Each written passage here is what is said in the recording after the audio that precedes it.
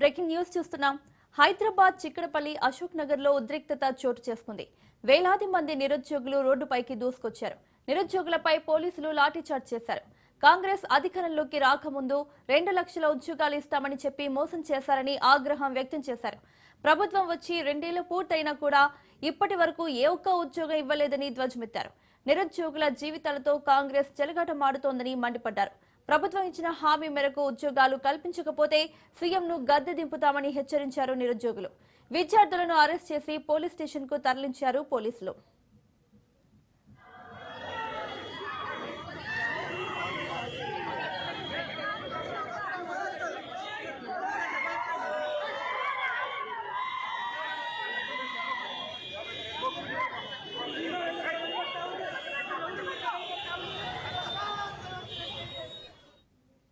హైదరాబాద్ చిక్కడపల్లి అశోక్ నగర్ లో ఉద్రిక్తత చోటు చేసుకుంది.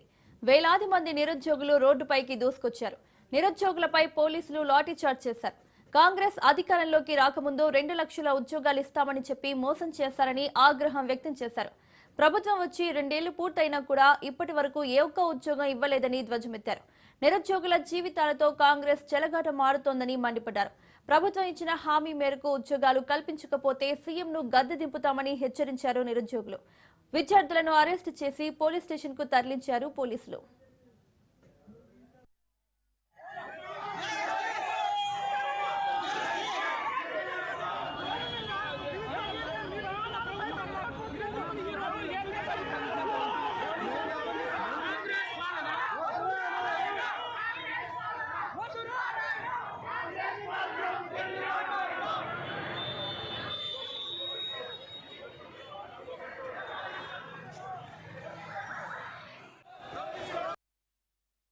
కాంగ్రెస్ పార్టీ అధికారంలోకి రాకముందు 2 లక్షల ఉద్యోగాలు ఇస్తామని హామీ ఇచ్చి రెచ్చగొట్టి నిరుద్యోగులను వాడుకొని రాహుల్ గాంధీ చిక్కడపల్లి లైబ్రరీకి వచ్చి రెచ్చగొట్టి 2 లక్షల ఉద్యోగాలు ఇస్తామని హామీ ఇచ్చి వెళ్ళడం జరిగింది. కాంగ్రెస్ పార్టీ అధికారంలోకి వచ్చినాక ఒక్క నోటిఫికేషన్ కూడా ఇంతవరకు ఇవ్వలేదు. మేము 70,000 ఉద్యోగాలు ఇచ్చామని గప్పాలు కొట్టుకుంటున్నారు కదా. మీరు 70,000 ఉద్యోగాలు ఇచ్చిన 70,000 ఉద్యోగాల శ్వేతపత్రం వెంటనే రిలీజ్ చేయండి. మేము 70,000 ఉద్యోగాలు ఇచ్చాం. మీరు నోటిఫికేషన్లు ఇవ్వండి.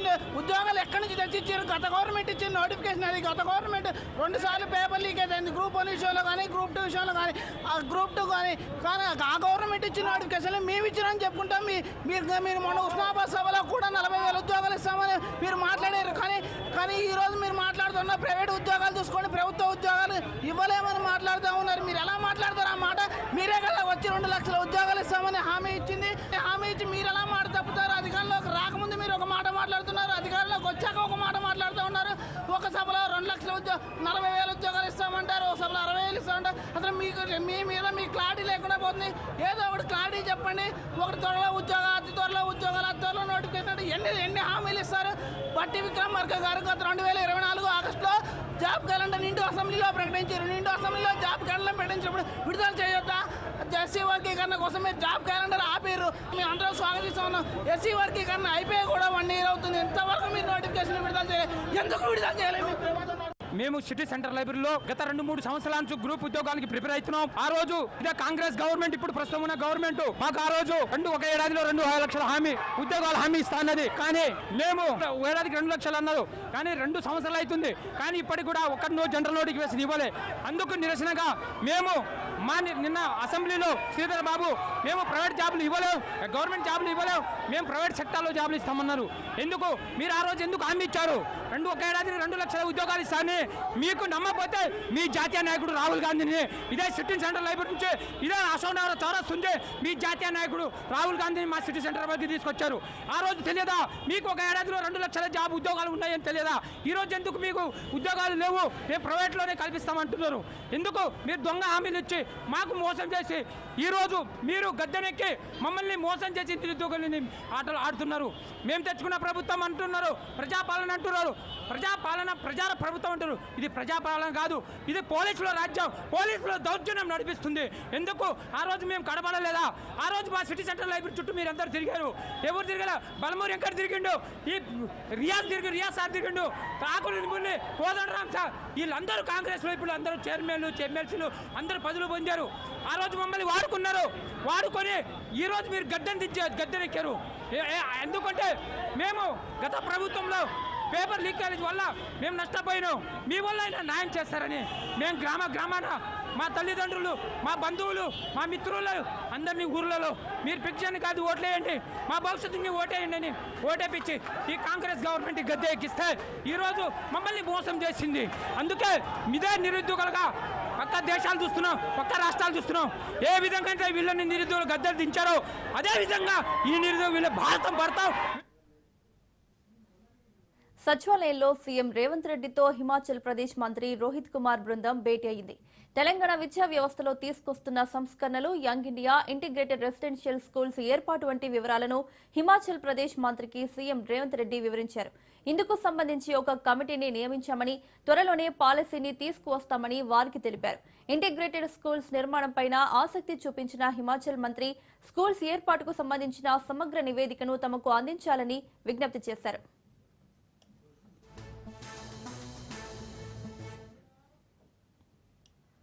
మెదక్ జిల్లాలో ఉన్న 3 మున్సిపాలిటీలను బీజేపీ కైవసం చేసుకునే విధంగా కృషి చేయాలని ఎంపీ రఘునందన్ రావు సూచించారు.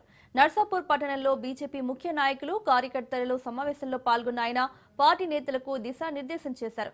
నర్సాపూర్ ఇప్పటికే 6 కౌన్సిలర్లు ఉన్నారని, వచ్చే ఎన్నికల్లో వాటి సంఖ్య 2 డిజిట్లకు పెంచాలని సూచించారు. ఎన్నికల బరిలో ఉన్న వారికి సహకరించి గెలిపించుకునే బాధ్యత పార్టీలోని ప్రతి ఒక్కరిపై ఉందన్నారు. శక్తి కేంద్రాల ఇన్ఛార్జీలు అభ్యర్థుల గెలుపుకు కృషి చేయాలని కోరారు. 2 ఏళ్ల ఇందిరమ్మ రాజ్యంలో 2 ఇళ్లలో పూర్తి చేసి గృహప్రవేశమైనేమో ఆలోచించింది. వీళ్ళు ఒక బోయపల్లిలో కనబడేది పొద్దున్న వస్తుంటే వారిని కాంగ్రెస్ ఇచ్చిన 6 హామీల గురించి మళ్ళా దరఖాస్తులు తీసుకోరేటు. దేనికైనా ఆల్రెడీ దరఖాస్తులు తీసుకున్నారు, కట్టలు కట్టిరు. ఆ కట్టలు ఆఫీస్కి వచ్చేటప్పుడు స్కూటీల మీద రోడ్ల మీద పడ్డాయి. అవి కంప్యూటర్ లెక్కలేదు. గరీబులకు ఎవరికి డబుల్ బెడ్రూమ్ ఇల్లు పంచలేదు. పాత ప్రభుత్వం సగం కట్టి వదిలేసిన ఇల్లు కట్టలేదు. మొత్తం కట్టి కిటికీలు మరిచిపోయిన ఇళ్లను పంచలేదు. వీళ్ళు వచ్చి 5 లక్షలు ఇచ్చి ఇందిరమ్మ ఇల్లు కడతామని 2 ఏళ్ళు అయితే 2 ఏళ్ల తర్వాత మళ్ళీ ఇలా హామీల కోసం దరఖాస్తు తీసుకొని మనం నిజాయితీగా గట్టిగా పనిచేద్దాము అంటూ ఇంకా ఏడాదైతే అన్ని ఎలక్షన్లు అయిపోతాయి. ఇటువంటి చూస్తే మళ్ళీ అసెంబ్లీ ఎన్నికలు దగ్గరకు వస్తూనే ఉంటాయి. ఇది కాంగ్రెస్ పాలన. 3,500 కోట్లు మార్చి 31 దాటితే చెల్లకుండా పోతే కేంద్ర ప్రభుత్వానికి వాపసు పోతాయని పంచాయతీల ఎలక్షన్లు పెట్టిండ్రు. అట్లే అదే మార్చి 31 లోపల పురపాలికలకి, మున్సిపాలిటీలకు ఎన్నికలు ముగింపు చేయకపోతే 950 కోట్లు మున్సిపాలిటీల కోసం భారత ప్రభుత్వం పంపించినటువంటి పైసలు మురిగిపోయేటువంటి అవకాశం ఉంది. అందుకని ఆగమాగం ఆదరబాదరగా ఏదో ఒక రకంగా మమ అనిపించేటువంటి కార్యక్రమాన్ని కాంగ్రెస్ పార్టీ చేస్తుంది తప్ప కాంగ్రెస్ పార్టీకి ఎన్నికల సంస్కరణ మీద చిత్తశుద్ధి లేదు. పేద ప్రజల ఆలోచన, పేద ప్రజల ఆకలి మీద పట్టింపు లేదు.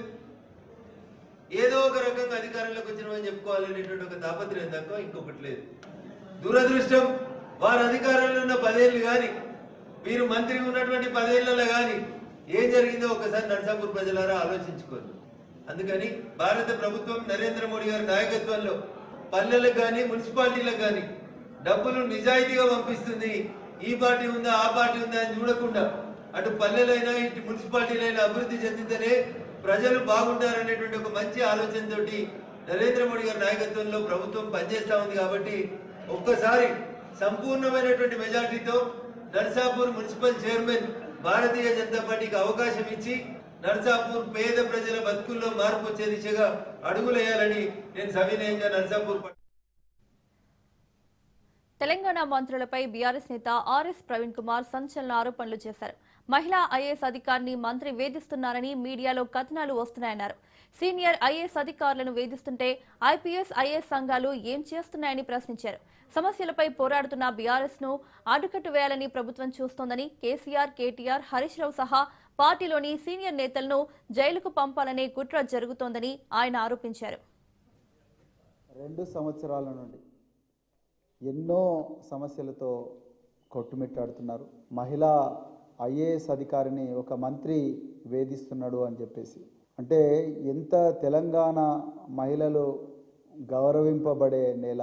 కేసీఆర్ గారు, ఆనాటి మంత్రివర్గము, ఆనాటి అధికారులు అందరూ కూడా చాలా జాగ్రత్తగా షీ టీంలు, అదేవిధంగా 15,000 మంది మహిళా పోలీస్ అధికారులను నియమించుకొని పిల్లలను, మహిళలను, వృద్ధులను కాపాడుకున్న ఈ నెలలో ఈరోజు కాంగ్రెస్ వాళ్ళు ఎక్కడికి దిగజార్చిందంటే, ఈరోజు మహిళా ఉన్నతాధికారులను, వాళ్లను మంత్రులు అత్యంత అసభ్యకరమైన రీతిలో వేధించే స్థాయికి తెలంగాణలో పరిపాలన దిగజారింది.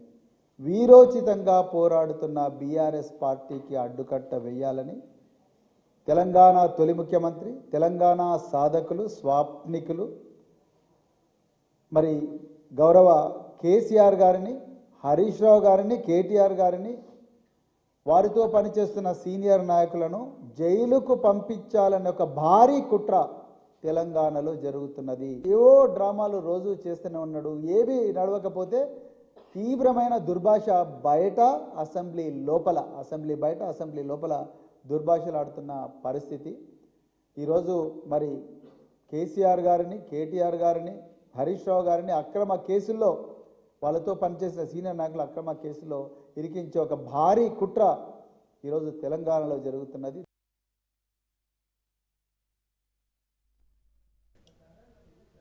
తెలంగాణలో మున్సిపల్ ఎన్నికలపై రాష్ట్ర ఎన్నికల సంఘం సన్నద్దమవుతోంది. దీంతో రాష్ట్ర ఎన్నికల కార్యాలయంలో ఆల్ పార్టీ సమావేశం ముగిసింది. ఎన్నికల సంఘం తీరును వివిధ పార్టీలు తీవ్రంగా ఖండించాయి. మేము చెప్పేది వినాలి అంతే, పొలిటికల్ పార్టీలు మాట్లాడొద్దు అన్నట్లు కమిషన్ మీటింగ్ జరిగిందని పలువురు నేతలు ఆరోపించారు. Polling stations, voter list final పై జరిగిన భేటీలో ఓటర్ లిస్టు ప్రక్రియ షెడ్యూల్లో మార్పు చేయాలని బీజేపీ కోరింది. ప్రజాస్వామ్యబద్ధంగా జరపాలన్న సూచనలను రాష్ట్ర ఎన్నికల కమిషన్ స్వీకరించింది. ఇదే అంశానికి సంబంధించి మరింత సమాచారాన్ని మా ప్రతినిధి సునీల్ అందిస్తారు.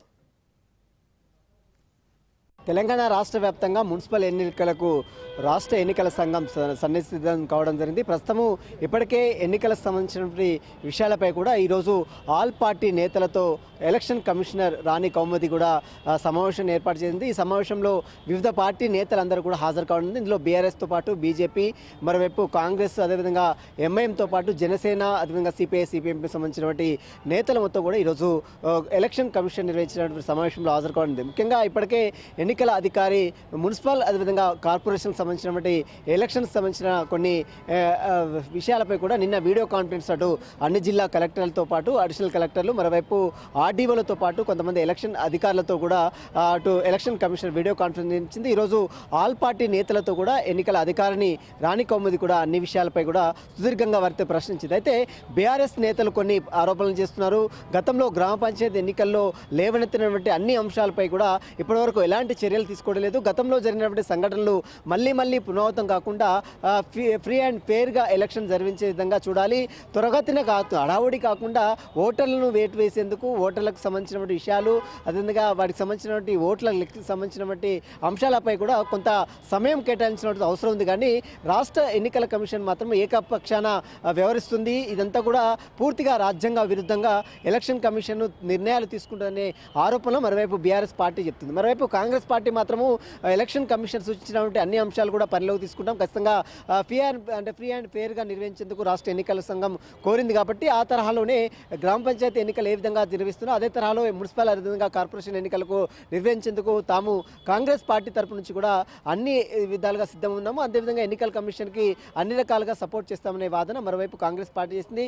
ఎంఐఎంతో పాటు జనసేన, వివిధ పార్టీ నేతలు కూడా ఈ సమావేశానికి హాజరు కావాలి. మొత్తం రాష్ట్ర వ్యాప్తంగా 117 మున్సిపాలిటీలకు, మరోవైపు 6 కార్పొరేషన్లు కూడా ఎన్నికలు జరిగే అవకాశం ఉంది. ఈ 6 కార్పొరేషన్లో ముఖ్యంగా కరీంనగర్తో పాటు నిజామాబాద్, ఖమ్మం, రామగుండం, మంచిర్యాల, మహబూబ్నగర్ ఈ ప్లేసెస్లో మొత్తం కూడా మున్సిపల్ కార్పొరేషన్ ఎన్నికలు నిర్వహించే అవకాశం ఉంది. ఇక గ్రేటర్ హైదరాబాద్తో పాటు వరంగల్ కార్పొరేషన్ ఇంకా కొంత సమయం ఉంది. కాబట్టి వాటికి తర్వాత ఈ ఎలక్షన్స్ తర్వాత వాటికి సంబంధించిన ఎలక్షన్ కూడా కండక్ట్ చేసే అవకాశం ఉంది. మొత్తం మీద రాష్ట్ర ఎన్నికల సంఘం మాత్రము మున్సిపాలిటీతో పాటు అదేవిధంగా కార్పొరేషన్ ఎన్నికలకు మాత్రము నగారా మోగించే అవకాశం ఉంది. త్వరలోనే ఎన్నికల నోటిఫికేషన్ కూడా విడుదల చేసే అవకాశం ఉంది. ఇప్పటికే ఓటర్ల జాబితాని సిద్ధం చేయాలి. ఓటర్లకు సంబంధించినటువంటి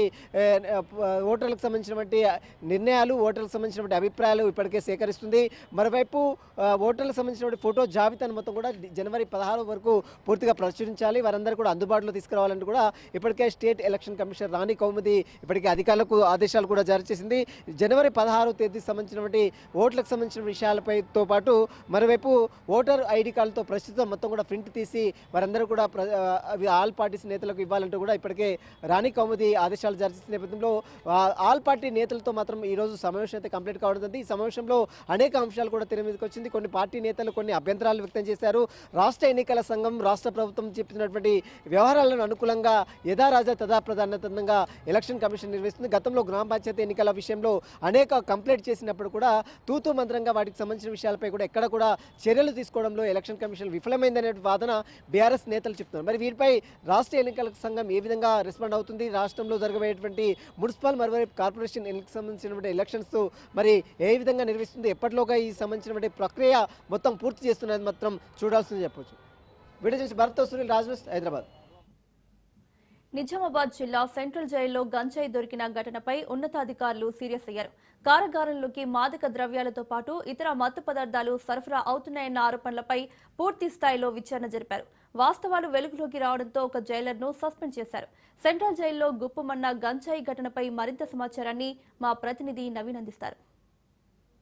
నిజామాబాద్ జిల్లా సెంట్రల్ గంజాయికి సంబంధించి కూడా ఉన్నతాధికారులు సీరియస్ అయ్యారు. గత 8 రోజుల క్రితం నిజామాబాద్ జిల్లా సెంట్రల్ జైల్లో ఇటు మారక ద్రవ్యాలతో పాటు సిగరెట్ గుట్కా సంబంధించిన మత్తు పదార్థాలు కూడా దొరికాయి. దీనికి సంబంధించి కూడా సంఘటనపై కూడా ఉన్నత అధికారులు సీరియస్ అయ్యారు. కారాగారంలోని మధ్య మాదక ద్రవ్యాలతో పాటు ఇతర మత్తు పదార్థాలు సరఫరా అవుతున్నాయన్న ఆరోపణలపై పూర్తి స్థాయిలో విచారణ కూడా చేపట్టారు. అయితే వాస్తవాలు వెలుగులోకి రావడంతో ఒక జైలర్ను కూడా సస్పెండ్ చేశారు. అయితే మరో జైలర్ పై కూడా బదిలీ వేశారు. అయితే సూపరింటెండెంట్ను నెల రోజుల పాటు సెలవు పెట్టాలని చెప్పి కూడా ఉన్నత అధికారులు కూడా ఆదేశాలు జారీ చేశారు. దీనిపై స్పందించిన బట్టి ఏదైతే మారక ద్రవ్యాలు ఇక్కడ నిజామాబాద్ సెంట్రల్ జైలు లభ్యమే, దీనిపై స్పందించిన బట్టి జైలు శాఖ డీజీ సౌమ్య మిశ్రా విచారణ కూడా ఆదేశించారు. వెంటనే ఐజీ మురళీబాబు అలాగే డిఐజీ సంపత్ నెల 3వ తేదీన నిజామాబాద్ సెంట్రల్ జైల్లో విచారణ జరిపి నివేదికను కూడా అందజేశారు. దీనికి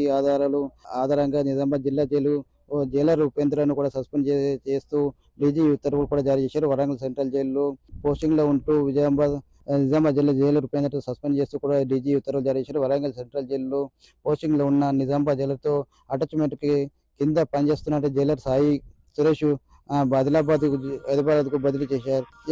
నెల రోజుల పాటు సెలవు పెట్టాలని కూడా ఇప్పటికీ సూపరింటెండెంట్ దశరథ్కు ఆదేశాలు కూడా జారీ చేసినట్లుగా సమాచారం. అయితే డిప్యూటీ సూపరింటెండెంట్ అనంతరావు కూడా ఇన్ఛార్జి సూపరింటెండెంట్ గా బాధ్యతలు అప్పగించారు. జిల్లా జైలు అధికారులు కలిసి పనిచేసిన జిల్లా అధికారులతో కలిసి పనిచేసినట్లు కూడా కొంతమంది ఖైదీలు కూడా జైలుకు మార్చారు. అయితే నిజామాబాద్ జిల్లా జైలర్ 3 ఏళ్లుగా పనిచేస్తున్న ఉపేందర్ రావు అనేక ఆరోపణలు కూడా ఉన్నట్లు కూడా తెలుస్తుంది. అయితే జైల్లోని గుట్కా, పాన్, సిగరెట్, బీడీలు సరఫరా చేస్తున్న విషయంలో జైలరే కీలకంగా వ్యవహరించినట్లు కూడా తెలుస్తుంది. అయితే గేట్ ఇన్ఛార్జిగా జైలరే ఉండడంతో కిచెన్ సాఫ్ట్ ద్వారా కూడా ఈ నిషేధిత పదార్థాలను ఖైదీలకు కూడా చేరవేసినట్లు కూడా సమాచారం. ఉపేంద్రరావుతో పాటు మరో జైలర్ గా పనిచేస్తున్న సాయి సురేష్ అనేక మారక ద్రవ్యాలకు అక్రమాలకు పాల్పడుతున్నట్లు కూడా ఆరోపణలు ఉన్నాయి. ఇటీవల జైల్లోకి గంజాయి ప్యాకెట్లు రాగా ఈ విషయంలో జైలర్ కు ఉపేంద్రరావు 2 ఖైదీలకు చితగా బాధారు. వారి వీసీ ద్వారా కూడా జిల్లా న్యాయాధికారికి విషయం తెలిసింది. దీంతో బోధన్ కోర్టులో ఆదుపరచాలని చెప్పి ఒక జడ్జి ఆదేశాలు ఇవ్వడంతో విషయాన్ని వెలుగులోకి వచ్చింది. ఉపేంద్రరావును అరాచకాలు భరించలేక 2 ఖైదీలు కూడా తమను మరో జైలుకు పంపాలని కూడా వేరుకున్నట్లుగా తెలుస్తుంది. దీనికి వారికి అమరెడ్డి జైలు కూడా మార్చారు. అయితే మొత్తం మీద చూసుకున్నట్లయితే నిజామాబాద్ జిల్లా జైలుకు సంబంధించి కూడా గత కొన్ని రోజులుగా దొరికినటువంటి మారక ద్రవ్య ఇటు గుట్కా కావచ్చు, సిగరెట్ కావచ్చు, ఇటు గంజాయి సంబంధించి కూడా ఇప్పటికే ఉన్నతాధికారులు కూడా పూర్తిగా దర్యాప్తు చేపట్టారు. దీనికి సంబంధించి కొందరిని కూడా సస్పెండ్ చేశారు. మరొక సూపరింటెండెంట్ కూడా సెలవుపై కూడా వెళ్లాలని కూడా ఆదేశాలు జారీ చేశారు. మొత్తం మీద చూసుకున్నట్లయితే నిజామాబాద్ సెంట్రల్ జైల్లో మత్తు పదార్థాలకు సంబంధించి కూడా కలకాలం లేపిందని చెప్పవచ్చు. కెమెరామెన్ శ్రీధర్తో నవీన్, రాజ్ న్యూస్, నిజామాబాద్. విద్యార్థులకు ఇచ్చిన మాటను ఎంపీ వేమిరెడ్డి ప్రభాకర్ రెడ్డి నెరవేర్చారు. నెల్లూరు జిల్లా ఏఎస్పేట మండల కేంద్రంలోని స్థానిక కస్తూర్బా గాంధీ బాలికల విద్యాలయంలో కరెంటు కోతలతో ఇబ్బందులు పడుతున్నామని చెప్పగానే స్పందించిన ఎంపీ ఇన్వర్టర్లు ఏర్పాటు చేయించి వారి వెతులు తొలగించారు. గత నెల 31వ తేదీన ఎంపీ వేమిరెడ్డి ప్రభాకర్ రెడ్డి మంత్రి ఆనం రామనారాయణ రెడ్డితో కలిసి ఏఎస్పేట మండల కేంద్రంలోని వివిధ అభివృద్ధి కార్యక్రమాల్లో పాల్గొన్నారు. స్థానిక కేజీ బీవీలో పర్యటనలో భాగంగా విద్యార్థులతో ముచ్చటించారు. ఈ సందర్భంగా తాము కరెంటు సమస్యలతో ఇబ్బందులు పడుతున్నామని, త్వరలో పరీక్షలు ఉన్న నేపథ్యంలో ఇబ్బందులు లేకుండా ఇన్వర్టర్లు ఏర్పాటుకు చర్యలు తీసుకోవాలని అభ్యర్థించారు. వెంటనే స్పందించిన ఎంపీ వేమిరెడ్డి పాఠశాలలో 100 లైట్లు, 32 ఫ్యాన్లు పనిచేసేలా 2 ఇన్వర్టర్లు, 8 బ్యాటరీలు పాఠశాలకు అందజేసి విద్యార్థుల సమస్యలను పరిష్కరించారు. వేమిరెడ్డి కృషికి అధ్యాపకులు, అధ్యాపకేతర సిబ్బంది, విద్యార్థులు ప్రత్యేక ధన్యవాదాలు తెలిపారు.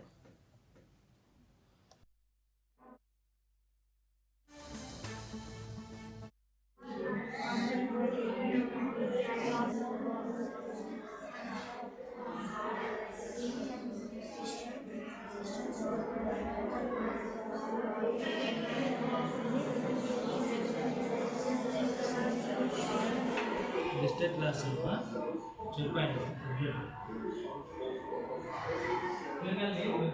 You have an assignment on urinary system? Let me make it easier for you.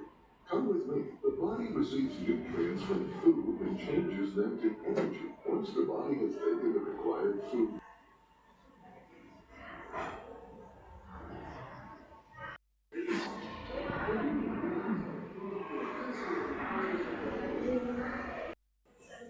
Topic ఏంటి?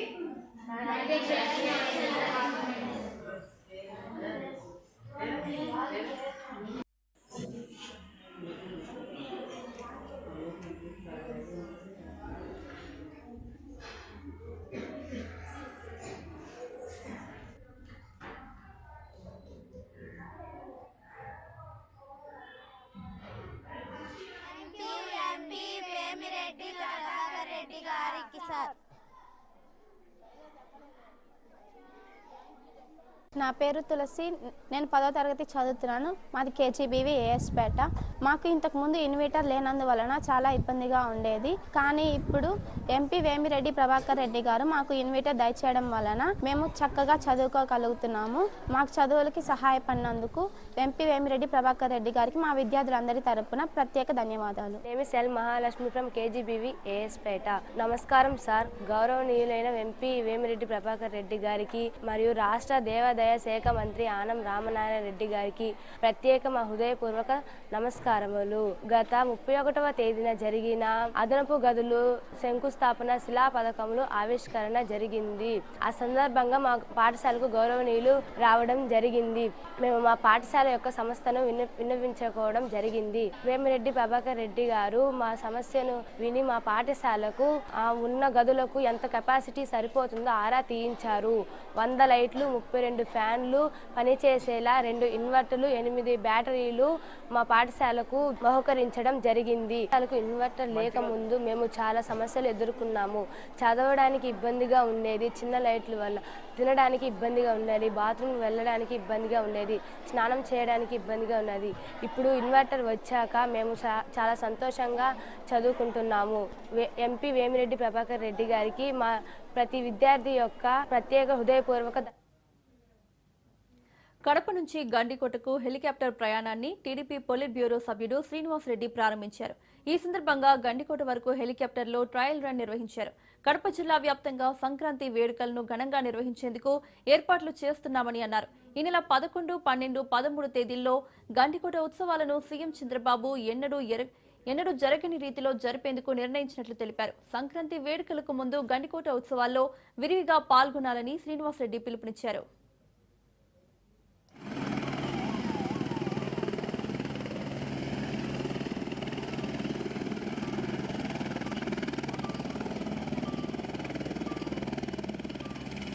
ముందు పోదు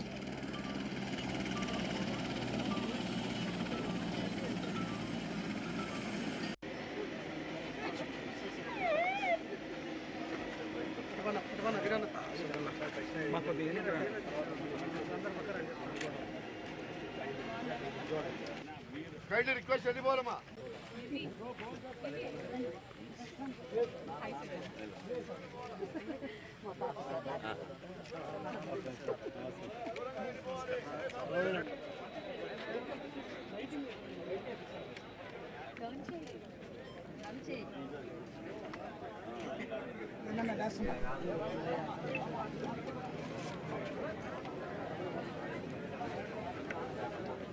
సర్లే చూద్దాంలే ఓయమ్మా.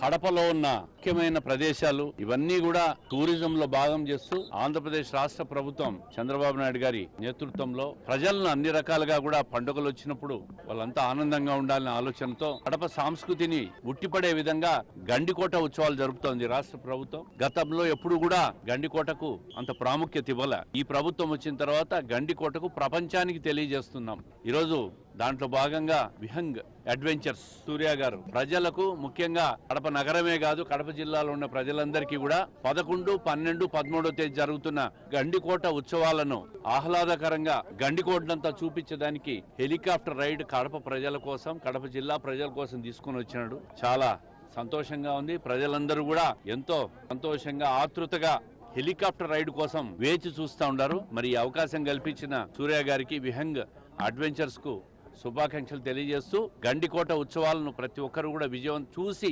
వీక్షించి కడప జిల్లా సంస్కృతిని ఉట్టిపడే విధంగా ఉన్న గండికోటను చూసి వీక్షించి ప్రతి ఒక్కరు ఆనందపడాలని చెప్పి సంక్రాంతి శుభాకాంక్షలు తెలియజేసుకుంటూ, అదేవిధంగా హెలికాప్టర్లో గండికోట ఏ విధంగా ఉంటుంది, గండికోట పక్కనున్న పెన్నా నది ఏ విధంగా ఉంటుంది, గండికోట ప్రాజెక్ట్ ఏ విధంగా ఉంటుంది, అదేవిధంగా ఆ ప్రాంతాన్ని అంతా కూడా హెలికాప్టర్ రైడ్లో ప్రతి ఒక్కరూ చూడొచ్చు.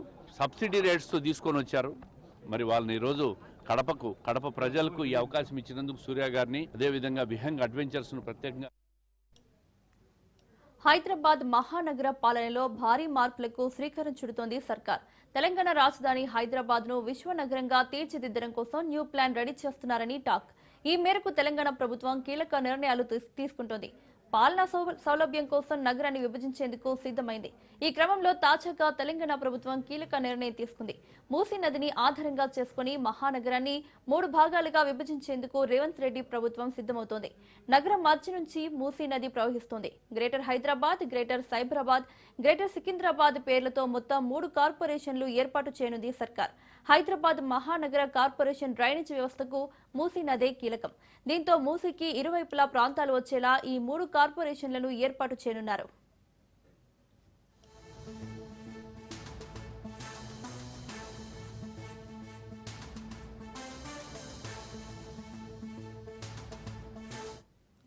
మూడు కార్పొరేషన్లను ఒక్కో కార్పొరేషన్ పరిధిలో 5 జోన్లు, 20 సర్కిళ్లు, 100 వార్డులు ఉంటాయి. అలానే ప్రతి జోన్కు 4 సర్కిళ్లు ఉండేలా ప్రణాళికలు సిద్ధం చేశారు. 3 కార్పొరేషన్లకు 3 మేయర్లు ఉంటారు. ప్రతి కార్పొరేషన్ కు ఒక కార్యదర్శి స్థాయి అధికారి కమిషనర్ గా బాధ్యతలు నిర్వహిస్తారు. ఈ మొత్తం వ్యవహారానికి సంబంధించి ఈ నెలలో తుది నోటిఫికేషన్ వెలువడే అవకాశం ఉంది. ఆ తర్వాత ఏప్రిల్, మే నెలల్లో ఎన్నికలు నిర్వహించే ఆలోచనలో ప్రభుత్వం ఉన్నట్లు తెలుస్తోంది. గ్రేటర్ హైదరాబాద్ మున్సిపల్ కార్పొరేషన్ పరిధిలోకి పాత నగరంతో పాటు సెంట్రల్ హైదరాబాద్ భాగంగా ఉండనుంది. అలానే గ్రేటర్ సైబరాబాద్ మున్సిపల్ కార్పొరేషన్ పరిధిలో హైదరాబాద్ పశ్చిమ, వాయువ్య ప్రాంతాలు కలుస్తాయి. గ్రేటర్ సికింద్రాబాద్ మున్సిపల్ కార్పొరేషన్ పరిధిలోకి ఉత్తర, ఈశాన్య హైదరాబాద్ ప్రాంతాలు వస్తాయి.